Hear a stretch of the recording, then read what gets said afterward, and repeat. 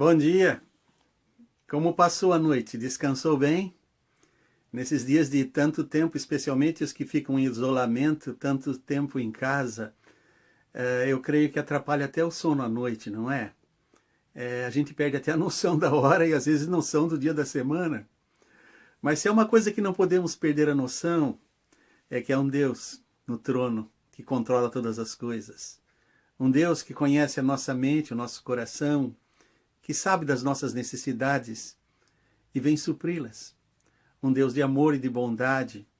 Um Deus que mesmo em toda essa calamidade, Ele continua olhando para o homem, não com o dedo apontado para o pecado, mas com a mão estendida para levantá-lo da queda e restaurá-lo à comunhão. E eu estava falando com um amigo que eu telefonei essa semana para saber como ele estava. Um assim, um pouquinho mais velho que eu. E ele me disse, olha, pastor, eu tenho pensado muito nos acontecimentos. E eu gostaria que o senhor me dissesse o que acha que isso é castigo de Deus? É Deus que está castigando a humanidade por causa do seu pecado? Ou qual a sua interpretação? E ele citou 2 Crônicas 7,14. Eu não sei se você conhece o texto. Mas 2 Crônicas 7,14 fala de uma situação em Israel que Deus estava realmente trazendo castigo sobre o povo. E Deus disse que o povo precisaria se arrepender dos seus pecados para que Deus sarasse a sua terra. E o texto é esse: se o meu povo, que se chama pelo meu nome, se humilhar e orar e buscar a minha face e se converter dos seus maus caminhos, então eu ouvirei dos céus e perdoarei os seus pecados e sararei a sua terra.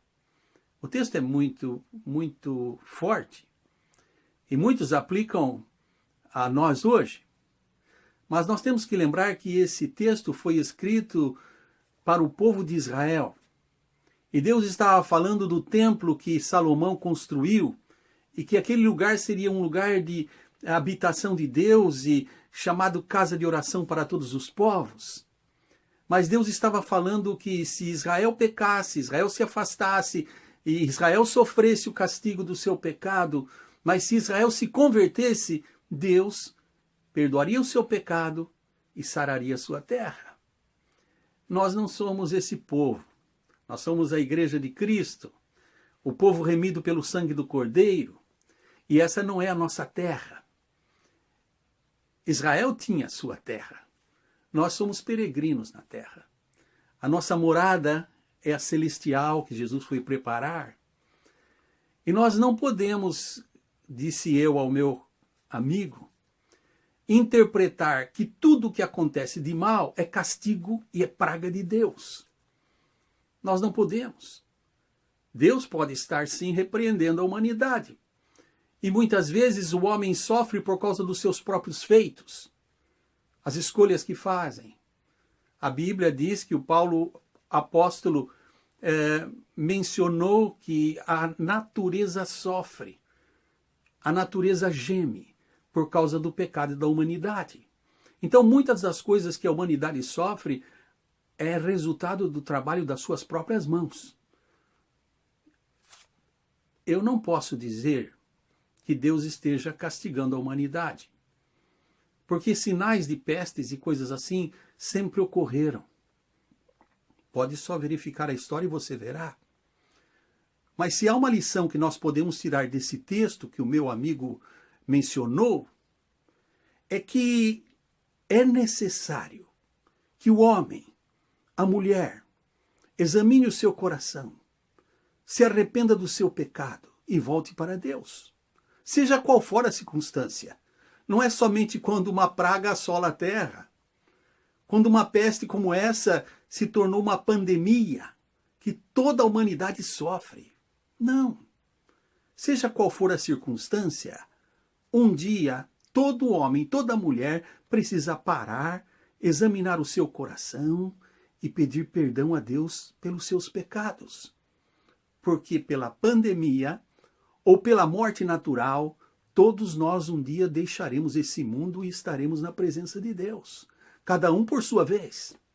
E cada um se apresentará diante de Deus.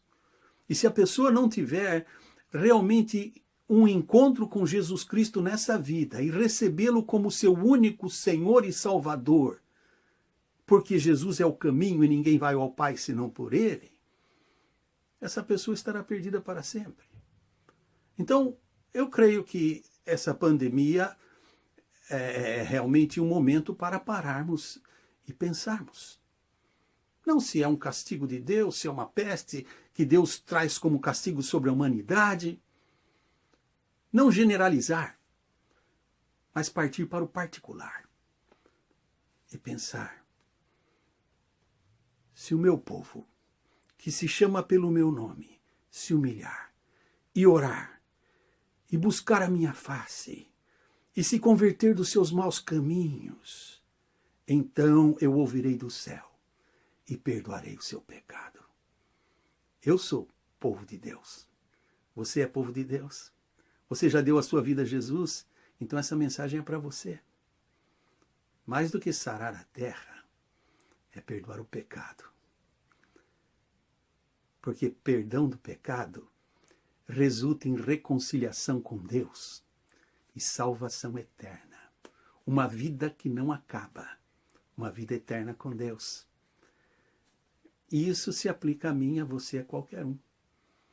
Então pense nisso.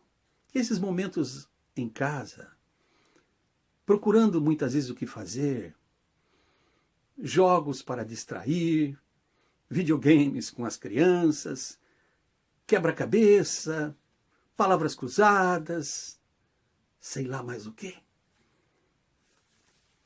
Tem uma Bíblia? Pega.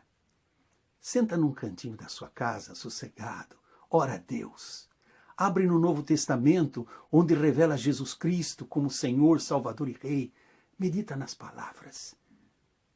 E se é de Jesus, se você já tem Jesus no coração, fala: Senhor, sonda o meu coração. Vê se há em mim algum caminho mau. Mostra-me para que eu me arrependa, confesse e deixe. E assim eu possa perdoar o meu pecado e me trazer a reconciliação consigo. Mas se você ainda não entregou a vida a Jesus, você pode fazê-lo através da leitura da Bíblia e pedir: Senhor, eu também quero. Eu quero o seu perdão, eu quero o seu amor, eu quero a sua bondade. Eu quero sair desse período de isolamento para uma libertação espiritual, para um reencontro com o Senhor, que transforme a minha vida, transforme a minha casa, transforme minha família. Como eu disse ontem na mensagem, o apóstolo Paulo disse ao carcereiro de Filipos: crê no Senhor Jesus e serás salvo tu e a tua casa. E aqui está, a palavra é a mesma. Crê em Deus, busca a face do Senhor, se converta dos caminhos errados, das coisas que possa ter feito na vida, que sabe que te acompanham. Entrega a Deus, porque se você pedir perdão, a Bíblia diz, o Senhor diz: eu lanço para trás das minhas costas todos os vossos pecados e nunca mais me lembrarei deles. Pensa nisso. Entrega a sua vida a Jesus. Não há coisa melhor do que você possa ter na vida que um encontro com Jesus, o Salvador, o Senhor, o Rei dos Reis, aquele que realmente garante o perdão e a paz ao coração de todo aquele que crê. Deus o abençoe, Deus o abençoe. E até amanhã para mais um Café com o Pastor.